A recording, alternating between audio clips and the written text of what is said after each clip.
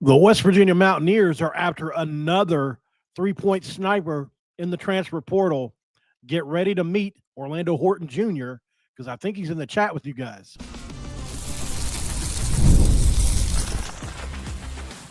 You are Locked On West Virginia, your daily podcast on the West Virginia Mountaineers, part of the Locked On Podcast Network, your team every day. What is up, guys? Welcome back in. My name is Mountaineer Paul. I am your host. Welcome back into Locked On West Virginia, baby, where we're talking West Virginia basketball today, a little bit of football in segment 2 as we get ready for this off-season process. It's going to be long, man, but we don't have to deal with that today as you guys pour in on X. You guys are pouring in here on YouTube. I appreciate you guys very, very much. So Coach Hodge and company have been pretty quiet on the transfer front. No doubt. We haven't seen anything in a few weeks on that. Starting to wonder if they were continuing to search in the portal. And then today word came out that West Virginia had been in contact with Orlando Horton Jr. And so, of course, I do what I do and I reach out and speak with them. And he's really excited about this offer, guys. Haven't had a lot of time to speak with him yet. I did give him the link to this episode so that he could probably chat with you guys. I'm sure if some of you, once you guys finally pour in here some more, so you guys can talk to him. But yeah, I have a breakdown here on the player. There's also a video that we're going to watch. This kid can stroke it, man, and he's really tough to the rim. We're going to talk about that too. So let's get to it, man. I don't know anything to do but to break down tape. No, Charles, I don't sleep very much, as you can see by these red eyes, right? So let's break the kid down, man. Who is this player? He's a young player. He's 5'11", 152 pounds. So I think that's the first thing that makes you pause. Okay, so we've got a guy like that on the roster already, right? So, some people may or may not like that. I personally, I have withheld judgment till I watched the tape, and then the tape made me feel a lot better about it. So I said it multiple times. This staff is not reaching out to a player unless you can shoot. And this dude can flat out shoot, which we'll show you here in just a minute. Right now, Oklahoma State, Oakland, New Mexico, Oral Roberts, Pennsylvania, Stetson, Texas A&M Community College, looks like maybe a JUCO, I'm not sure, Nicholas State, Lemoyne, University of Illinois is all reaching out to this kid right now. And, West Virginia needs this guy, man. He only played 19 minutes a game last year at Prairie View A&M, and you could argue he's ready to make the next step, right? Be a big player in a big rotation at the Power 4 level. I think that's what he's ready for. And you look at these shooting splits, man. He was right. He was on the cusp of 7 points a game, 2 rebounds a game, 2 assists a game, and a steal and a half a game. 44% from field goal percentage from this regular. He was 38% from 3, 66.7% from the free throw line, and 100% at home, guys. So he didn't miss at home for whatever reason. My apologies, by the way. Looks like I read his freshman stats. His sophomore stats were much different. He went up to 39% from 3 his sophomore season. So, and 77% from the line his sophomore year. So I apologize. So you see dramatic improvements in 2 areas: 3-point shooting, free throw percentage. 5 percentage points in 3-point shooting, 10 percentage points in free throw shooting, same amount of minutes a game. That tells you he's putting in work, guys, right? I'm sure if I look at Prairie View's schedule, I'm sure he had some scoring, some big-time scoring outputs, because when you look at him as a player, let's watch some tape on him really quick, guys. I found this on a YouTube channel, and then messaged him and asked him for his permission. And he said I could watch this with you guys. So let's get a look at Orlando Horton Jr. here from Rich Tapes. Appreciate this guy. Very nice guy. I've reached out to him over on X. You'll see what I see here. This is a penetrating guard. that can absolutely stroke it. So let's get to the tape here. Let me get that music off before we get copywritten. Okay, so as you can see, very stable off 2 feet. That's the first thing you see when you look at Orlando Horton Jr. Very stable off 2 feet, gets a lot of elevation on the shot, which he's going to have to at 5'11". There he is with the little right-handed shot. There he is up and under with the left hand. Here's another one up and under with the right hand. As you can see, he's got a bevy of finishing moves at the rim. And when you're his size, you got to be able to do that. And this is where he'll be extremely valuable, in my opinion. You know, this is almost a transition shot. I don't know how long they had set up, but it looks like they just got down the floor. First thing they do is kick it over, and he shoots over a bigger player. Here he is on the pump fake and a mid-range shot. So he's doing all 3 levels here. This is a 3-level score. As you can see, he's finishing with the left and the right side of the rim, and he seeks out contact. You look at the contact he's seeking out here. Look at that floater. That's a nasty – hold on a second. Let's get back to that floater really quick. That's a nasty floater. This is very KJ Tenner-esque from the free throw line. That's from the free throw line and a nasty floater. You know who develops shots like that? Players that are 5'11", that have to shoot over 6'10" guys. That's why he's got that shot. Here he is. If you're 3 feet away, he's going to pull it in your mouth right here from the NCAA logo way deep, and it's nothing but net. So this is I personally think this is one of those players that you look at his stats, 7 points a game or 6 points a game, whatever it was. I think if his usage rate went up, I think he would score a lot more. I really do. Because he's got the ability. You look at him play, and so look at that play right there. Very high IQ play, using space to his advantage. He's using the screen, and it's similar to a wide receiver seeking the soft spot in his zone coverage. You look at a guy coming off a screen here, right? He could have pulled it from he could have pulled it, right? He could have pulled it from 3. Absolutely, he could have. Let's see that again. He could have pulled it right there. He could have just pulled it straight up. But he's dribbling right. Right-hander's dribbling right, lesser shooting percentage. So he makes a smarter play. As this guy cuts in front, he just refills. It's filling space, right? When a guy crosses your face, you replace where he leaves that with the ball. And then he uses this little soft spot right here, get to the rim. Very smart play, in my opinion. Left crossover. Look at this play. Nice play here, too. So, I mean, look, there's the crossover, gets this guy on his heels. And then, look, this is a really, you know, it's ball handling, right? The way he does this, the way he kind of pump fakes it up, goes around and under. It's interesting how he's doing that there. You know, just different ways he's scoring the ball. There it is. There's another one, a little fake pass. Here he is at the top of the key. So, you know, and he loves to, you know what that does, by the way, that kind of layup, the kind of layup he's doing is one that I used to do because I was too slow. I'm not saying he is, because he's probably just a little where he's undersized. What it does is it keeps you from having to pull the ball into your chest and go up like this. You get way more length when you go out that way. And it helps you against shot blockers, at least in my opinion. So, and look, through contact again. So that 154 pounds absolutely didn't affect him at this level. Here he is again. Watch him seek out contact. Look at that left. Look at this left foot right here. That's a left foot that's or is that a right foot?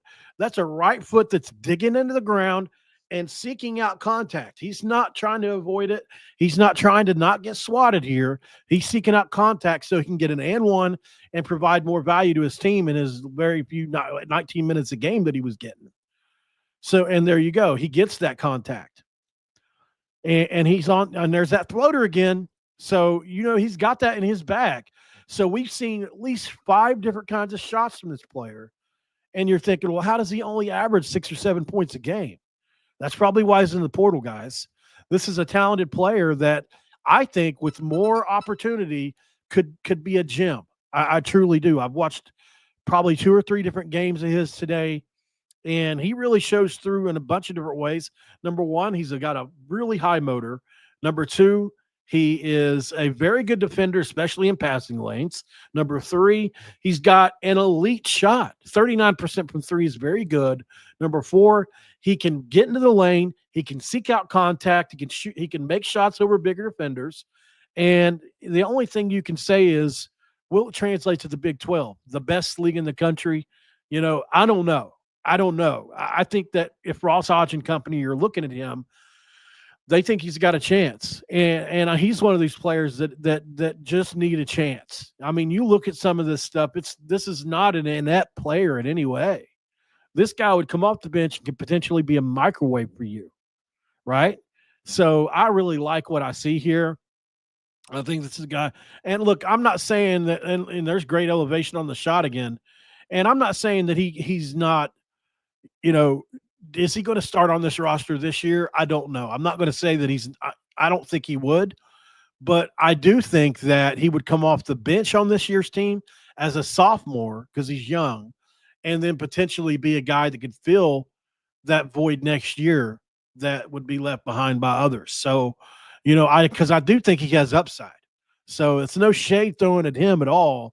I just really like his game. I think he's got a chance to develop at this level. And if he can give you what he was getting at Prairie View at 7 points a game, 6 points a game, coming off the bench, that would be good. I'm not saying that's what he's won, right? But I'm just saying, look at the shot he's got, right? Beautiful shot. And the form is great. There is that mid-range jumper again. Like, he's got a bunch of different tools in his bag. Look at this shot right here. The footwork on this layup is different than a normal layup. He jumped off his right foot there. On a layup, you jump off right side of the rim. Typically, you jump off your left foot, right? Watch him come off his right foot here because he had to, if he takes one more step, then he's in shot blocking territory. These are all little things that a player his size has to know. So, and he gets the shot up early because of that. Here he is on defense, and this is what he does well as almost anything else. It's on defense. He is tenacious, man. And I think he would be an asset to this team. And just look at some of these shots. Like, he's not an average finisher. He's a very good finisher. There he is. And then look, he's had averaged 4 assists a game at home.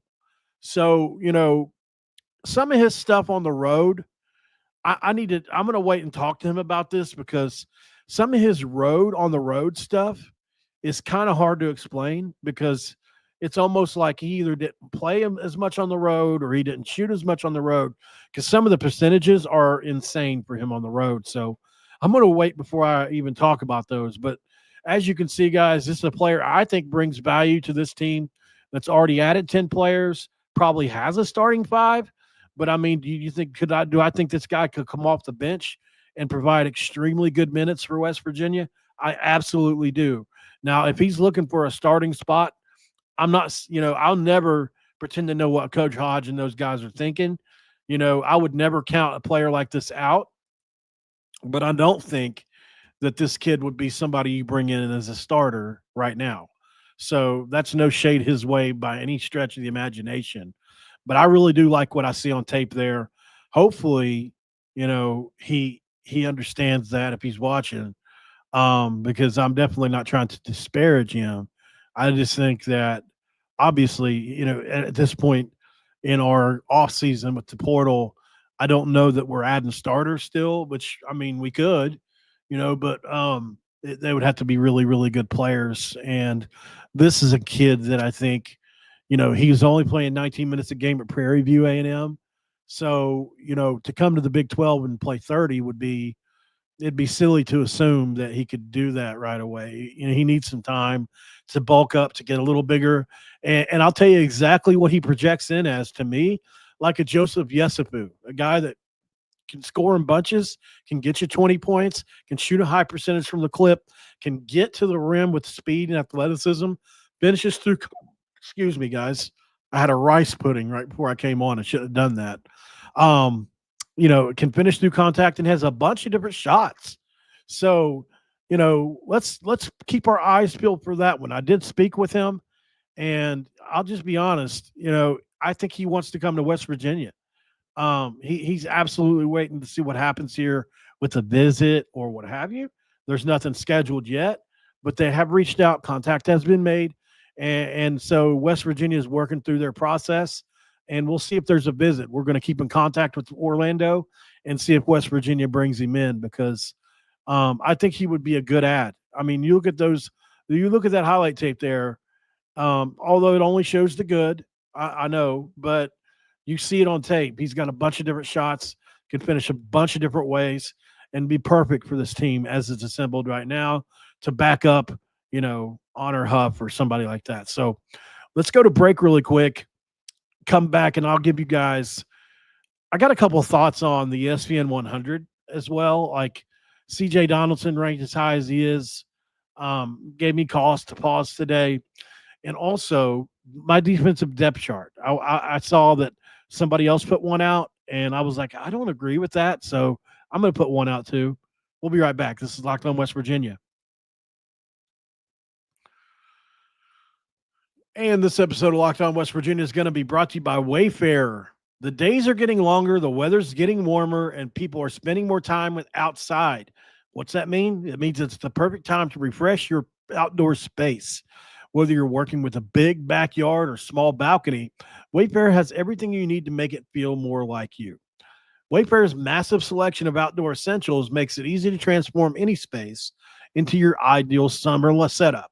From comfy conversation sets to sleek dining tables, outside decor, whatever you want, they've got it all, and at the price that fits your budget. Get a new patio dining set and some string lights from Wayfair to help extend your outdoor space.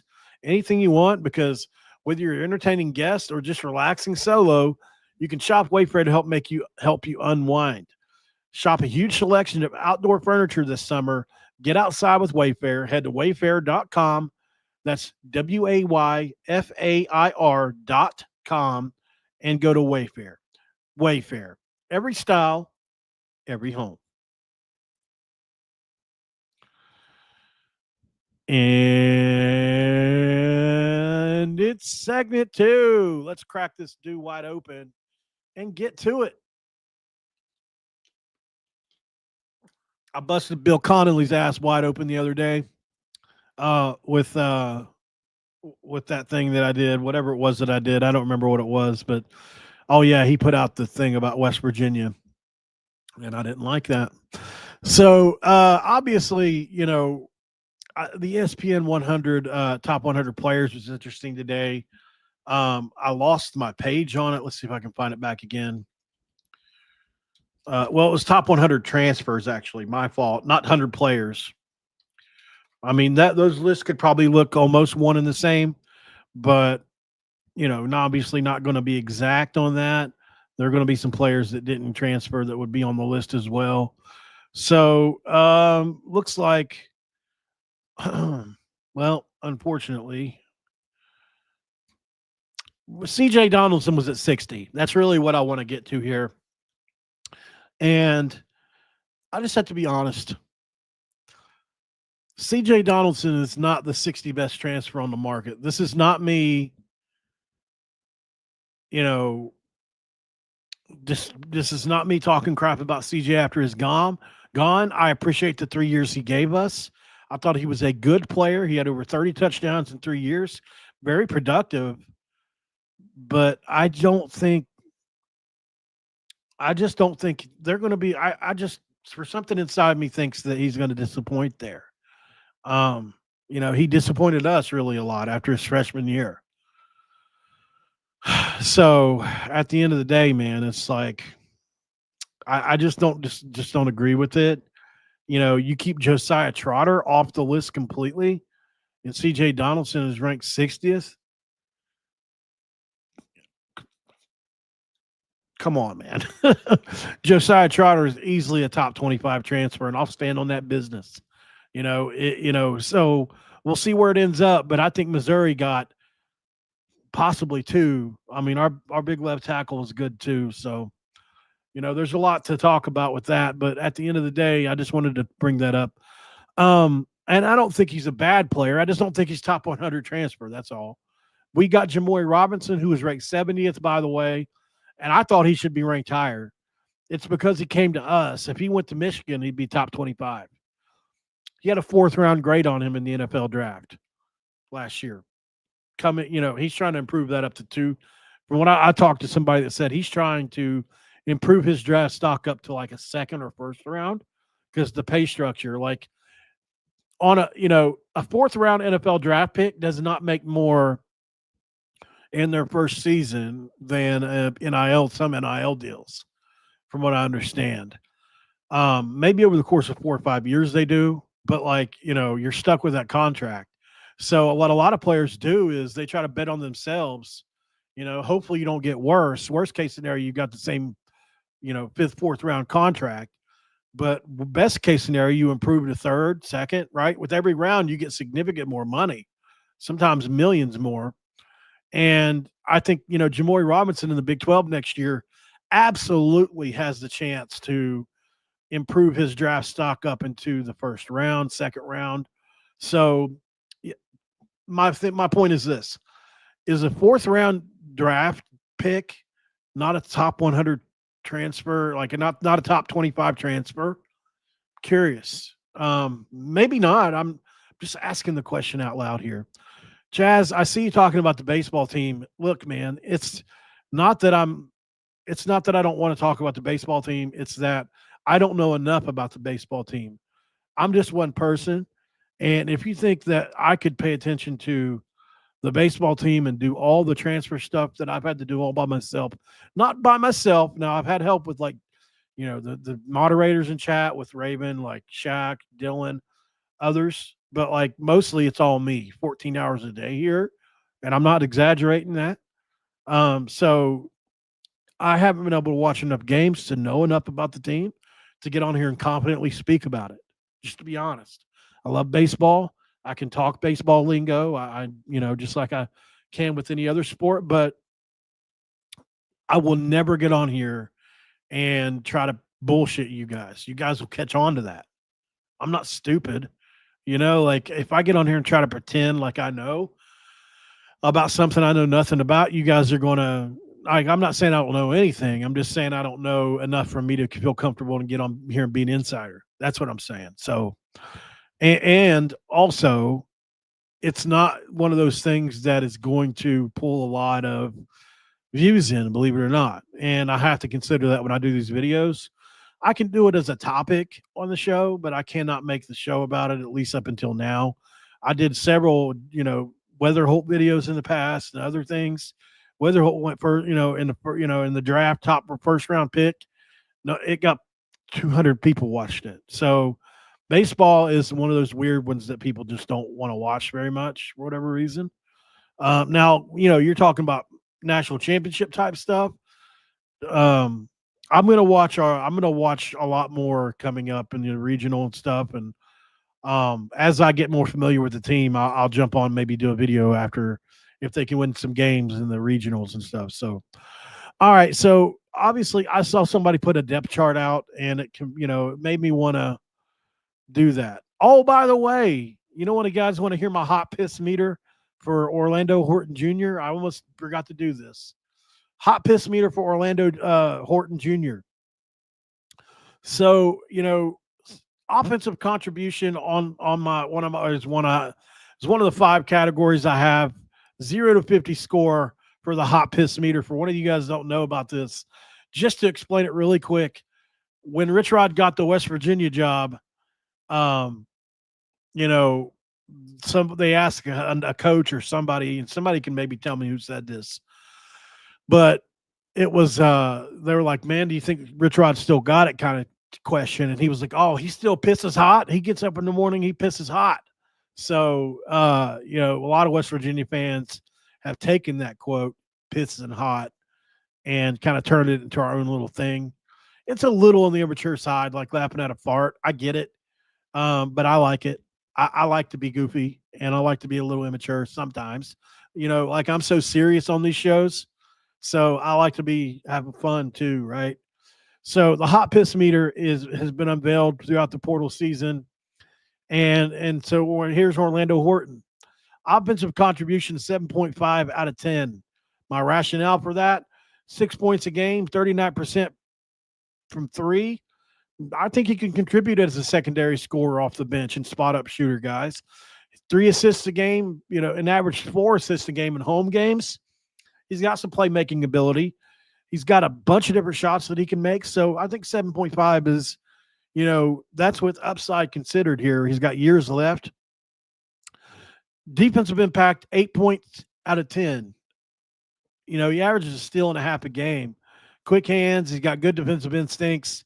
He's a bulldog for his slight frame. And it'll be interesting to see what he does against Big 12 guards if he comes to West Virginia.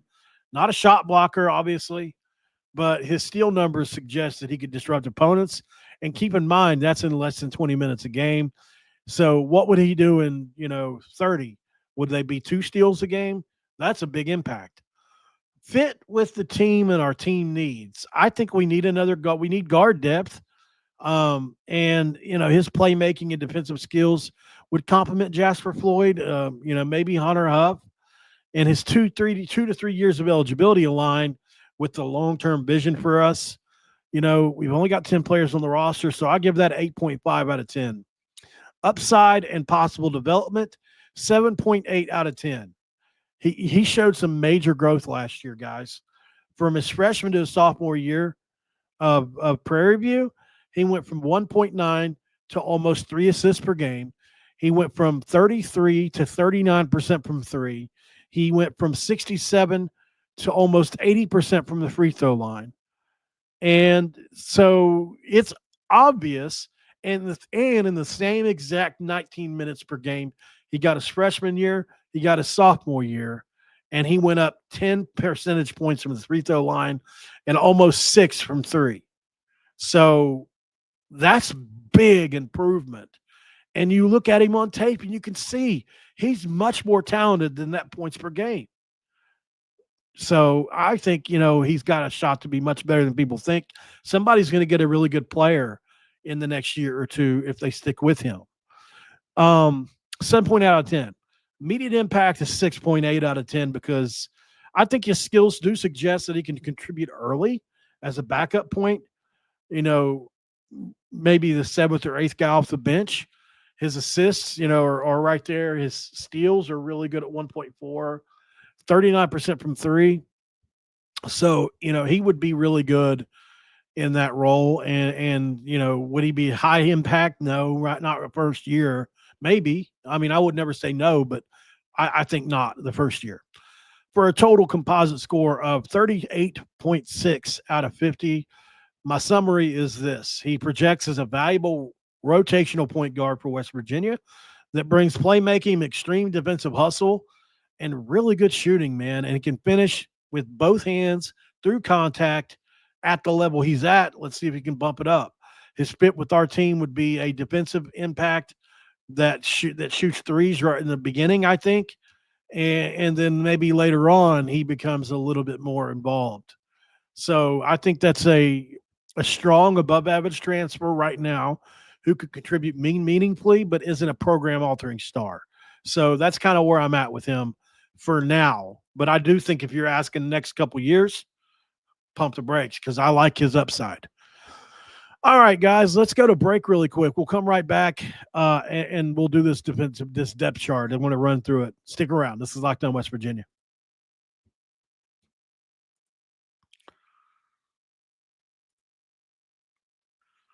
All right, guys, we are back here on Locked On West Virginia. Let's do it, baby. So, I obviously find it to be super interesting, our defense this year, because I think it's got a chance to be better than people think. I really do. So think about this. Right and left defensive end. Let's start there. Eddie Kelly Jr. for Missouri and Jamori Robinson. Adam Tomczyk will back up and swing from one to the other side for those guys. I love it. I think that's a great place to start. Two really good pass rushing defensive ends that are both 6'5", 250 plus, set the edge. That's a really good place to start, guys. Just want to say, and Adam Tomczyk ain't no hoe either. So let's be happy about that. Then you move to nose guard. Hammond Russell's a mainstay, right? 6'3", 308. But I got to give it to Corey McIntyre. If he can come into his own, I don't think Hammond Russell will start right away. But if Corey McIntyre can turn into what we think he can be, I think he got a chance to start there at some point this year. That's my opinion on the matter. So we'll see what happens there. But it's a fun room to look at. That's no doubt. So moving on from there, let's get over to, let's see. Where do I want to go next? I don't have anything in any order. I'm just kind of looking up and down it. So I think defensive tackle, because we're not talking about nose tackle, where those, nose tackle is where we were just talking about with McIntyre, Hammond, Russell. Defensive tackle, I think Eddie V will get the start here. Obviously, as long as he's healthy. Asani Redwood and Elijah Simmons, the transfer, are all three going to be involved there. Elijah Simmons is a really interesting one from Garden City, Kansas Community College, which is a big JUCO. The SEC of junior college basically is where he played. So that's an interesting one. But I do think it'll be Asani or Eddie V there. Most likely Eddie V.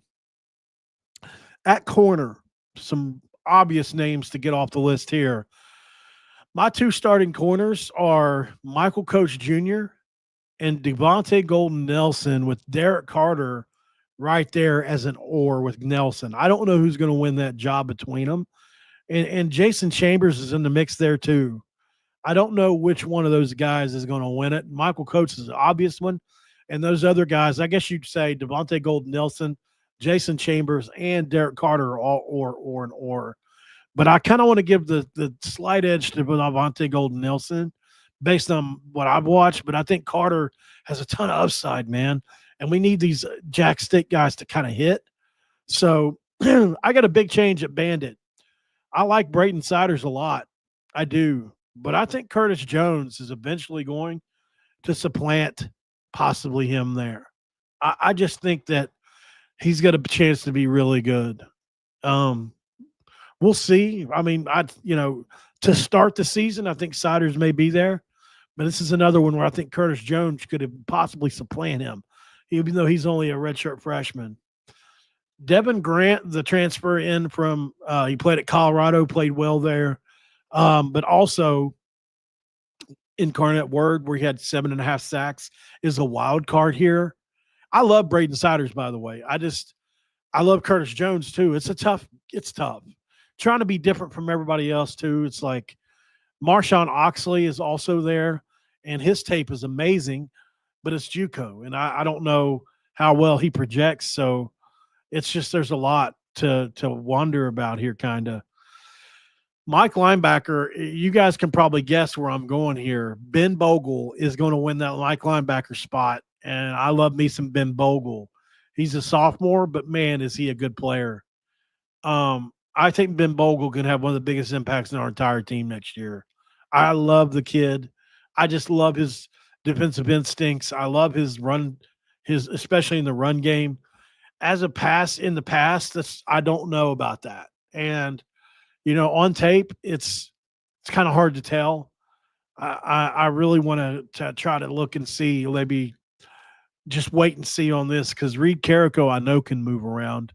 Ben Cutter is my third guy, but I love Reed Carrico as well. But Ben Bogle stole my heart, man, at that linebacker spot. Chase Wilson at the will is an amazing player with over 200 career tackles. John Lewis and Ashton Woods will battle it out for that spot behind him. Ashton Woods is a wild card. Very, very good athlete at 6'3", 225. He's a freshman out of North Carolina, the transfer. And if you look on tape on some of the cut-ups West Virginia did during the offseason, there was a couple where I seen him. He had a pick six, because he's number 33. So, and he can really run. So, and he's got that pedigree. Obviously, he was at North Carolina. Nickel is a fun. It's might be one of the funnest rooms to try to figure out, because I think it could be the most loaded on the entire team.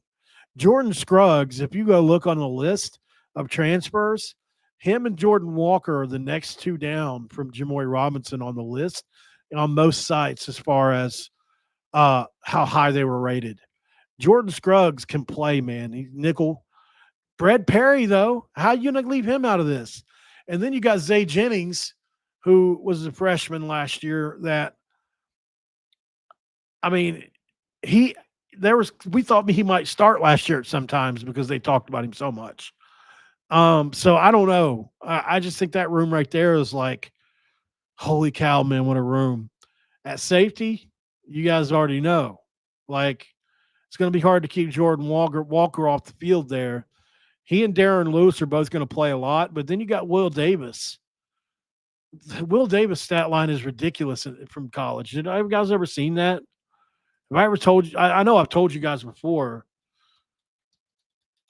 Let's look at it one more time here because let's see if I can find it really quick. Might be William Davis. Yeah, there it is. Okay, so obviously he played at Virginia Union. Wasn't a huge as far as like a school or anything like that. But I mean, if you want to look at what he did in college from a stats perspective, he truly has one of the most insane off the wall stat lines for anything. I mean, here's his stat line. At Virginia Union, 101st team all conference and all American. 126 tackles, 26 tackles for loss, 12 interceptions, 3 interceptions returned for a touchdown, 3 sacks, 2 forced fumbles, 2-time team captain, and a 2-year starter.